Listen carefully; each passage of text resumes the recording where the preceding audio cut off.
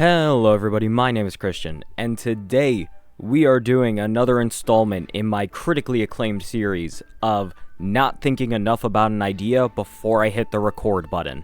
I hope you guys enjoy. Alright, anyway. So today we are going to be talking about 4-star main DPSs in Star Rail. You might be asking why this topic specifically. A while back, somebody won a competition on my Twitch channel, which, by the way, if you didn't know, I stream every Friday and Sunday, and sometimes we do competitions over on Twitch. Back to the point, though. The reward that they won was they got to pick a video for me to do. They got to pick a character, and I would talk about them. So, the winner chose Sushong. The problem with Sushong is I can't really make an entire video about her. I just don't think there's enough interest, or really enough to talk about. So what I've decided to do instead is I'm going to talk about all of the 4-star main DPS characters, because we actually have quite a few at this point. I feel like people tend to think that you can only do, like, meta in this game, and in the highest levels of endgame content, that is absolutely correct. I feel like people forget that there are multiple levels to MOC. You can fuck around. You can screw around on some of the other ones. And that's what I feel like people kind of forget about. You should be able to use sillier characters on different levels, and 4 stars are really fun to use in most cases.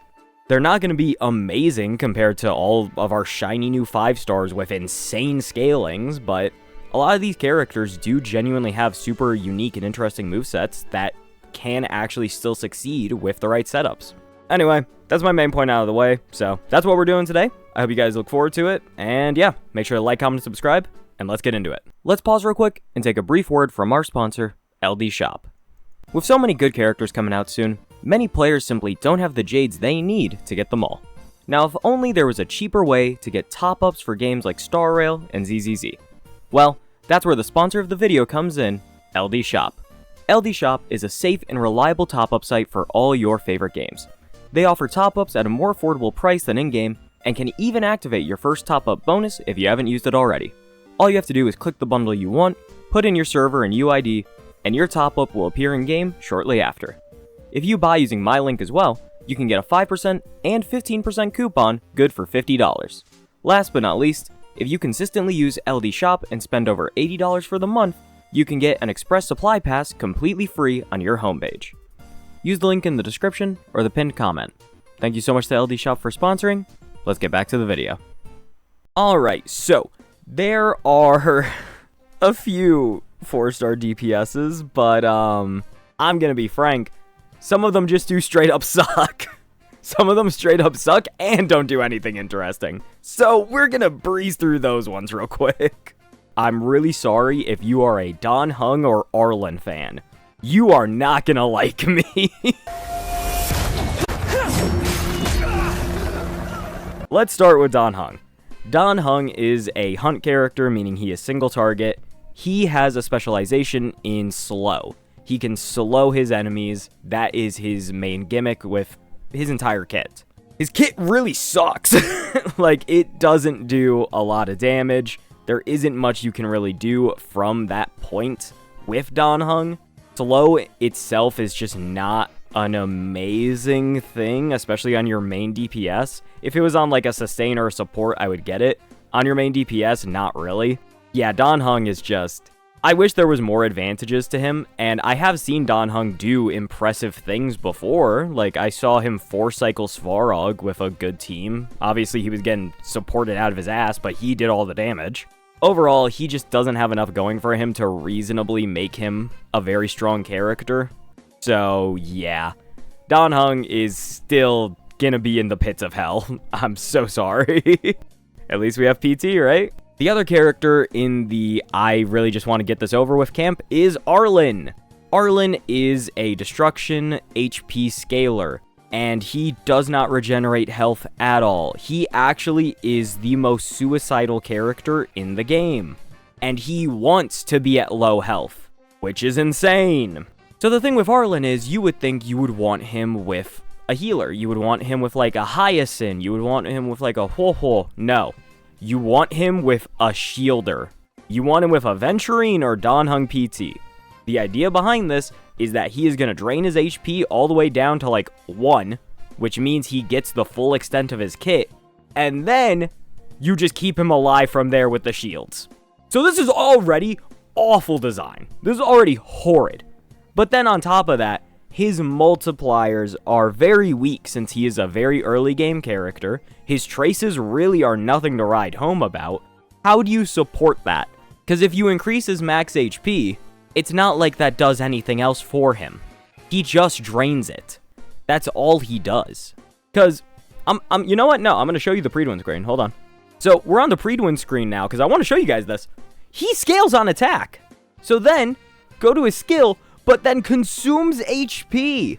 Increase Arlen's damage for every percent of HP below his max HP. What are we doing here? What are we doing? I don't get it. He does have a way to increase his HP a little bit, but it requires you to defeat an enemy, and you are not doing that with his god abysmal damage. You're not doing that. And even then, you still want him on low HP because this increases his damage. And then look at his E6. When the current HP drops... Yeah, no. So Arlen, just not a very good character. He doesn't make sense. It is counterintuitive to how every other HP scaler really works. And, there is really just no redeeming factors about Arlen in Honkai Star Rail. I've got to be honest. I'm really sorry to my Arlen goats out here. He's not good. And there is no reasonable argument for him over any other character I'm about to talk about today. I'm so sorry. So in terms of the characters we have left, there is one who kind of exists in a bit of a weird spot, which is Hook.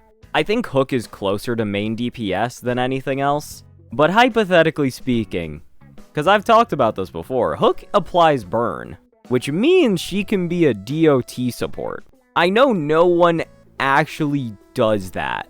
However, I'm just saying, it is a thing that you can do. Alright, everybody's clicked off the video at this point. What am I doing here? So, Hook is another character who I can't really say too much about. However, Hook is an interesting character in the fact that I never looked at her moveset beforehand. And then I decided to a few months back because I saw the old Kekvin video about building Hook. Hook low-key has one of the coolest traces in the game. A6 playing with fire. When using her ultimate, Hook has her action advanced forward by 20% and regenerates 5 energy. That's kind of crazy. like Hook has a built-in action advance and energy regen. That's unbelievable. Why does Hook have that of all characters? You know what I mean? Like, what are we doing here? So here's the thing, is that with the playing with fire trace, you also have Hook's talent. Hook's talent, when attacking a target afflicted with burn, you deal additional fire damage to Hook's attack, and you regenerate 5 energy. Like, Hook actually just regenerates energy a lot. I am shocked by this. If you put this on, you know, any other actual character, that sounds really good on paper. The ability to action advance yourself consistently, 20% by the way, not an insignificant amount. That's literally about as much as like a DDD and about as much as a win set. It's slightly under, but not by much. So all of that, and you're regenerating energy on a damaging ultimate. It is an ultimate that can only hit a single enemy, but it is a damaging ultimate nonetheless, and it allows her to get her enhanced skill. In terms of a game design, Hook is actually such a unique, like such a cool character. The problem is, she does no damage, and her kit is not cohesive at all. Because we're trying to mix in fire DOT with a crit rate character.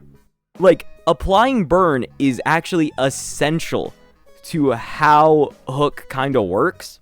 I'm going to explain this again. So, effect hit rate. Effect hit rate is how you guarantee that things with base chance actually hit. So if something has a 100% base chance, you want about 67 effect hit rate. This is to combat the enemy's effect res and actually give you a higher chance of landing your DOT or debuff. Hook's whole thing is always 100% base chance. This means you have a very, very low chance of actually applying your debuff in most cases. You would need to attack very consistently to actually apply her DOT status, burn. That is highly unreliable, and on a character who needs crit damage stats, you cannot be building effect hit rate in most cases at the same time. So really, you're just losing out on quite a big amount of the kit at large. And when you combine all that together, it ultimately results in a character who isn't doing her max potential, and also is just a fair bit weaker to begin with. So yeah, Hook. Very unique design, and I love a lot of what they did. It's just the overall package really sucks, because she also has unbelievably unhelpful Eidolons. Like, a lot of characters tend to get better at E6 for 4 stars, or not a lot better, but they do get at least a fair bit better. Yeah, Hook does more damage, and if she can actually get the burn, it will get an extra turn on it, but yeah, overall, Hook Eidolons do not really help the character in a substantial way, and her major traces are unbelievably generic, to the point that you could slap them on anybody, and they could be major traces. They don't help her in any specific way. I mainly say this because, for those of you who do not know, Clara and Hook both share a major trace that reduces their chance to get hit by crowd control debuffs. If you do not believe me, go on to Predwin, look up both the characters, pull up their major traces. You will see they have the exact same major trace. It is hilarious, and also very indicative of this early game. Okay, well, that's Hook covered, so now we can get into some of the other characters. So the remaining characters we're going to talk about today, some of the ones that I think are a bit more unique overall. We have Misha, Xingshui, Sushong, and Zhuyi. 2 of these characters fall in a very similar mold, which is Sushong and Zhuyi, so I'm going to talk about those 2 last, as they are both very reliant upon the Break archetype, which, when that fully came into effect, it increased their stock specifically exponentially. Let's start with Xingshui, who I think is low-key the favorite out of these characters that I've just mentioned. I don't know if that's exactly true, but the Xingshui community is very strong and very active from what I know. Like, they make sure to tell you if they love this character. So Xingshui. Xingshui was actually a fairly powerful DPS for a good amount of time in the early game. Sparkle coming around, Fushwan, and then, like, Silverwolf. That was a solid team for a good bit at the start of, like, 2.x. Unfortunately, like all good things, it must come to an end, and yeah, Xingshui is no longer really viable or competitive in an endgame setting, unless you have probably like hyper-invested supports, which is definitely hard to do. It's a shame, mainly because Xingshui possesses probably one of the most interesting playstyles in this entire game. It is an unreliable playstyle, to say the least, but it is a very, very unique and cool one in my opinion. For those of you who do not know how Xingshui works, Xingshui is entirely built on gambling. I bet you love that shit, gotcha game player. So, Xingshui, with her skill, will draw 2 jade tiles from her deck. That makes it sound like Yu-Gi-Oh! I don't know if that's the correct terminology. Every time you draw a tile, you are trying to get one of a matching suit. The idea behind this is, when Xingshui gets 4 tiles that match, you will enhance your basic attack to Cherry on Top, a stronger version that is also a blast attack. This is very, very interesting, because also when she draws the tiles, I didn't mention it, you increase your damage. You increase your damage by a fair amount, and it can stack up to 4 times. So if you draw all 4 jade tiles, you will get a damage boost of like 120% or something like that. It is insane. This is simply one of the most unique designs they've ever done, and I do understand why they can't reasonably do it again, because having to rely on gambling in a gambling game is not the best. Xingshui is a character where if you just get unlucky and you cannot get your enhanced basic attack often, you are just not going to have a good time. There are characters now who can kinda alleviate this pressure if you have like a Sparkle and a Sunday and then an SP positive support, or sustain I mean. If you have these characters, you actually have a chance to get your enhanced basic every single time. Also, her ultimate can help with that. Her ultimate will give you 4 jade tiles of the exact same suit, meaning you will get your enhanced basic attack immediately after using your ultimate. Pretty good overall. The reliance upon getting the correct suits, though, is still very, very rough. And the worst part is that her Eidolons don't particularly help with this either. At E6, she will recover 1 skill point after using enhanced basic attack. So that basically means is that if you draw your tiles and then you get the enhanced basic attack and then ult right afterward, you are going to attack, then you're going to be able to enhance basic again, and there you go, you now have 2 skill points back. This is without even factoring in if you get like a sparkle ult or if any of your other characters manage to attack in that time.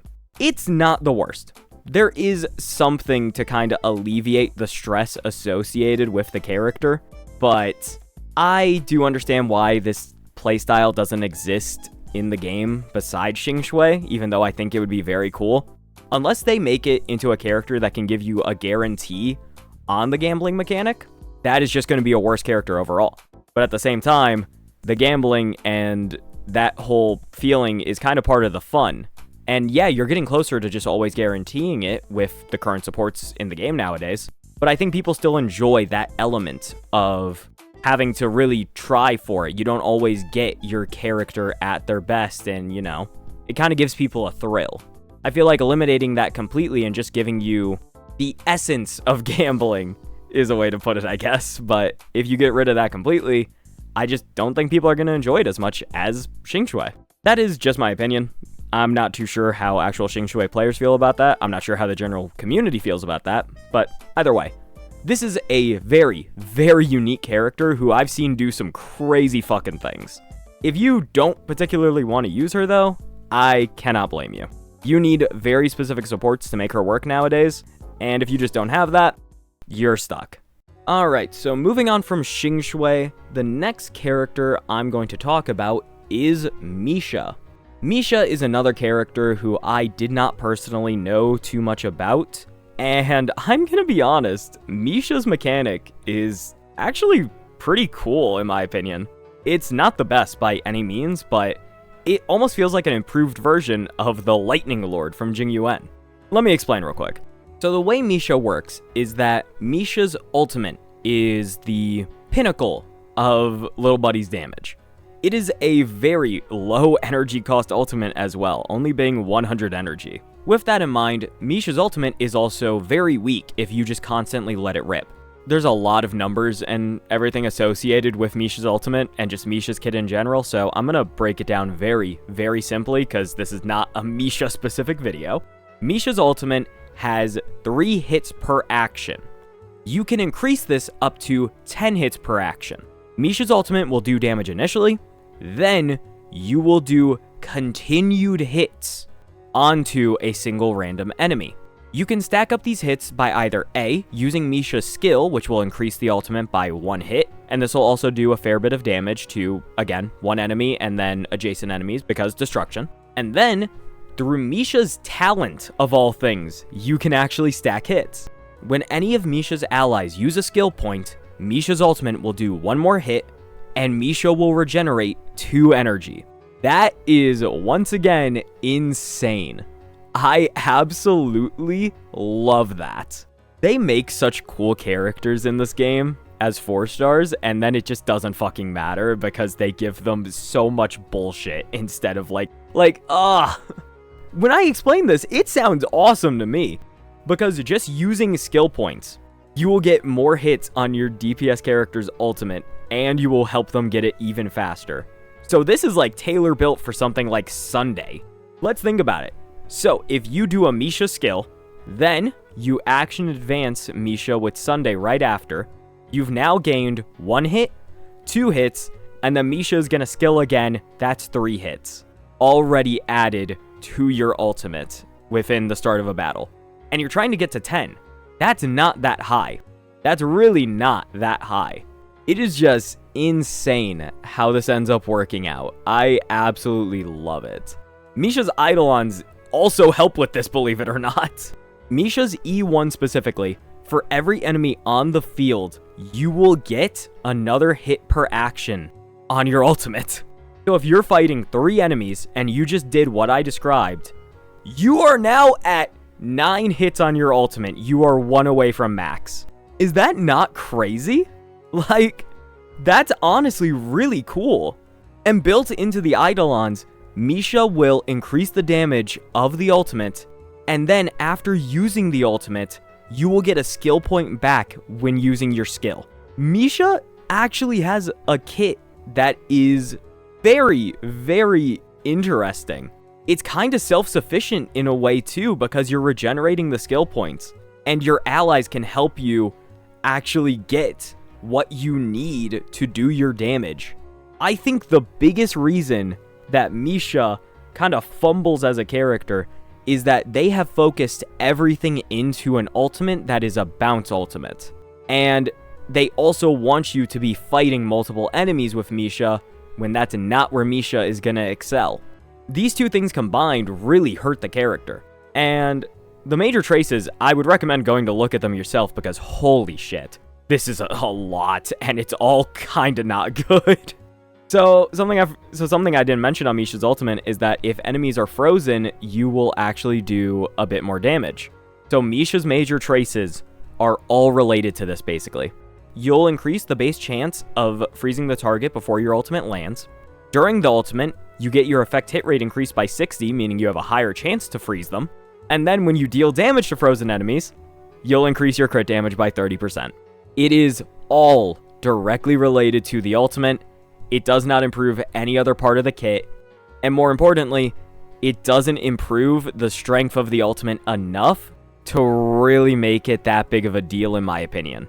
That is so unfortunate, I think. Misha is a character with, it feels like an advancement on the Lightning Lord if I'm being honest. Like, Lightning Lord is good, but comparatively, this is amazing. This sounds so sick.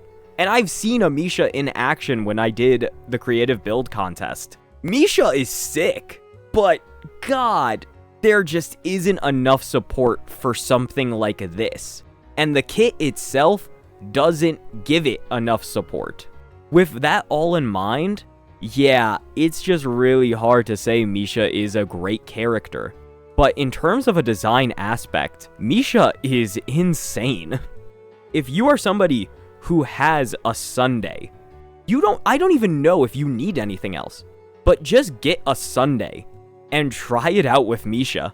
There is genuine merit to doing that, because that is more than likely the best teammate available and is going to help Misha achieve what he needs to achieve even easier. Every time I see this character, I'm honestly very impressed, and I really do think it's a shame that the character's not that good, because I would love to see something like this more often. Unfortunate, but hey, overall, Misha, still very cool. Oh my god, I'm running out of breath here. Alright, there are 2 characters left, Sushong and Xlipyth. I am far more familiar with Xlipyth, but Sushong is also, you know, the inspiration behind this video. These 2 characters are focused squarely on break.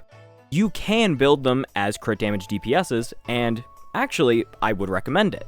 You should be building them as hybrid characters. We all know I love a hybrid character, chat. Alright, sorry. Oh my god. I want to make another one of those videos.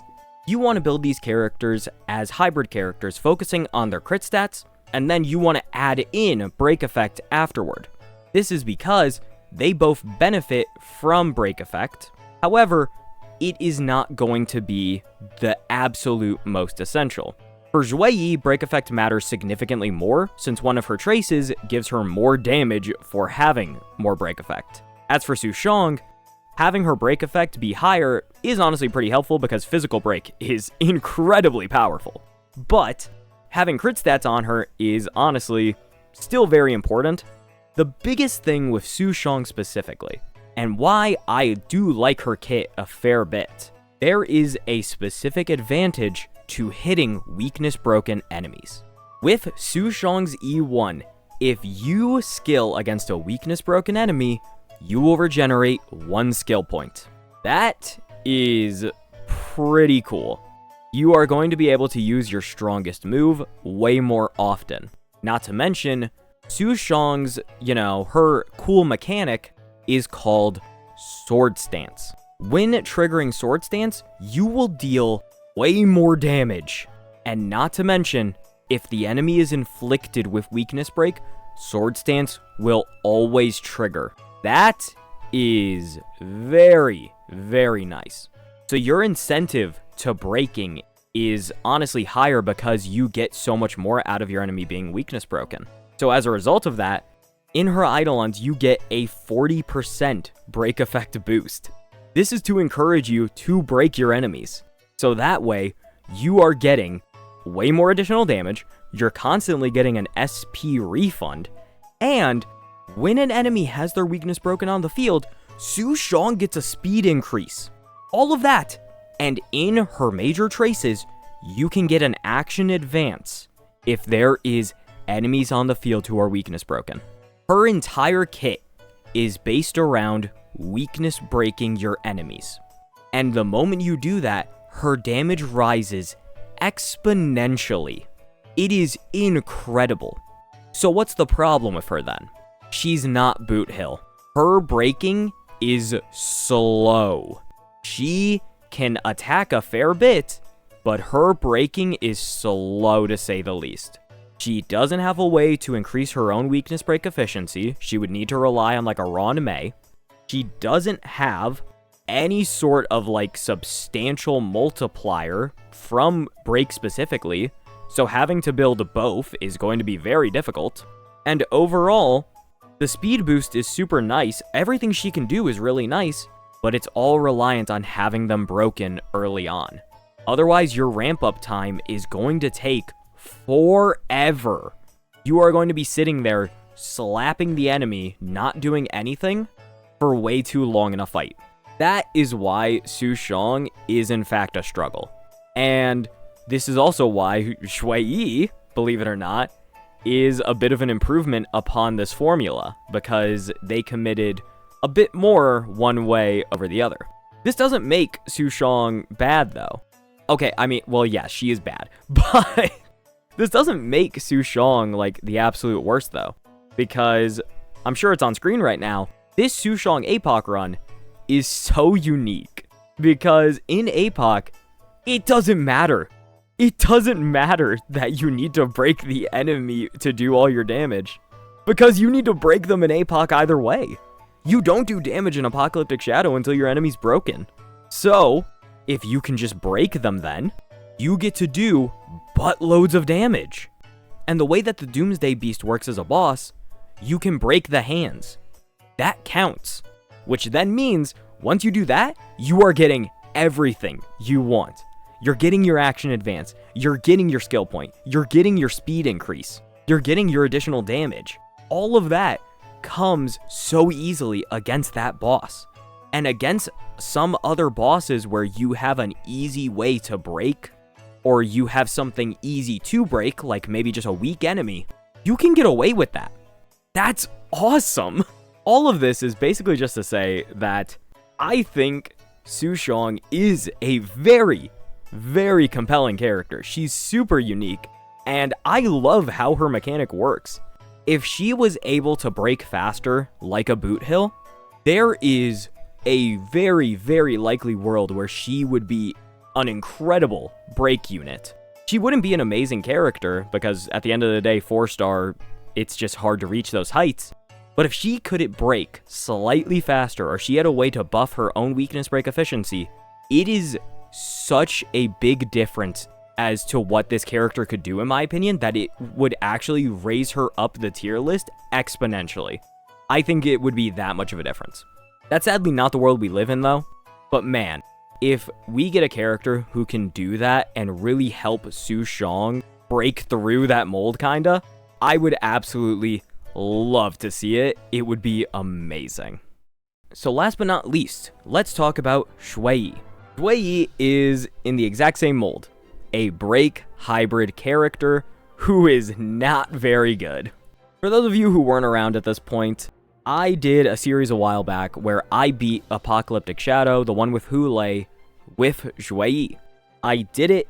It took me a while, but I did manage to get a score of 3,400. Now, I know that doesn't sound too impressive, but to beat it, I had to get over 3,300 because that's, like, if you get that on both halves, you get a full clear.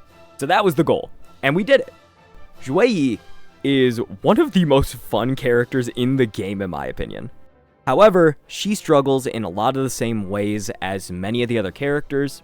She does not have enough strength, and her identity is a bit too messy. The big idea with Xlipyth is her trace Clairvoyant Loom. This increases damage dealt by this unit by an amount equal of 100% of break effect, up to a maximum increase of 240. You need 240% break effect to get the max amount of damage boost out of this trace. That is very hard to hit while still getting crit stats. That is unbelievably hard to do. So now, how do we build the character? Well, you are going to build her with crit stats in mind. Then, you're going to throw on a break effect rope, and from there, you want a break effect light cone. And we have a great option in the game, which is Indelible Promise. It increases your break effect, and it increases your crit rate. Both things that Xlipyth specifically profits off of an immense amount. Once you have that sorted, you are going to be getting a fair bit of your damage increase, and you're going to be critting a lot too, to increase your damage even further. She is a character who needs the right teammates. You need somebody who is going to increase your break effect. You need somebody who is going to help you with either weakness break efficiency, or if you really need it, your crit stats. You need somebody who can manage this. And finding those exact teams is going to be hard, and sometimes you have to sacrifice one or another. If you wanted to do a team of like Fugue, Ron May, and then a sustain, you can't really use somebody like Sunday, who would give her a lot of crit rate, so you could build even more break effect and crit damage, and then you're going to be losing a few more actions. It's hard to find the right balance, but it's also really fun in a way, because it's like a puzzle, and you can complete it in a few different ways, depending on how you want your fight to go, and what you have fun with. Xlipyth can do a lot of things, and I haven't even mentioned the fact that her ultimate is incredibly powerful, it can break regardless of weakness type, and the more toughness you reduce, the more damage you do, which is begging. It is begging for a Ron May to help with that, because you are going to be doing a lot more damage. That's one thing I didn't mention. And then we have Xlipyth's talent. Every time enemy toughness is reduced by attacks, Xlipyth can get karma stacks. When this happens, Xlipyth will launch a follow-up attack. And if you have her Eidolons, you actually heal HP off of this. You get more damage out of it, you get HP back, and you can reduce the stack limit to trigger it from 8 to 6, while also being allowed to stack up to 6 more. That's amazing. This character is so incoherent. We have the follow-up archetype, we have crit damage archetype, and break damage all in one. It's a messy, it's just a hodgepodge of bullshit, and I love it. It is incredible, and it is unbelievably fun to use when you actually start with it. Her scalability isn't the best. You are going to struggle in some areas for sure, but Super Break itself is already one of the most fun team types in the game, in my opinion. I just don't get to use it too much anymore. When you actually get to use this, it is awesome. She has so much uniqueness to her kit, and it all flows once you get into the battle. You skill a few times, you get your karma stacks, you get to unleash your follow-up attack, it lowers their weakness, you do your ult, you break them, you're going to be doing even more damage. And that quantum break, juicy by the way. That hurts. All in all, Xlipyth, while not being an amazing character, I say it so often, I really cannot recommend her enough if you want to mix up your game. I can't say you should use her against Flame Reaver.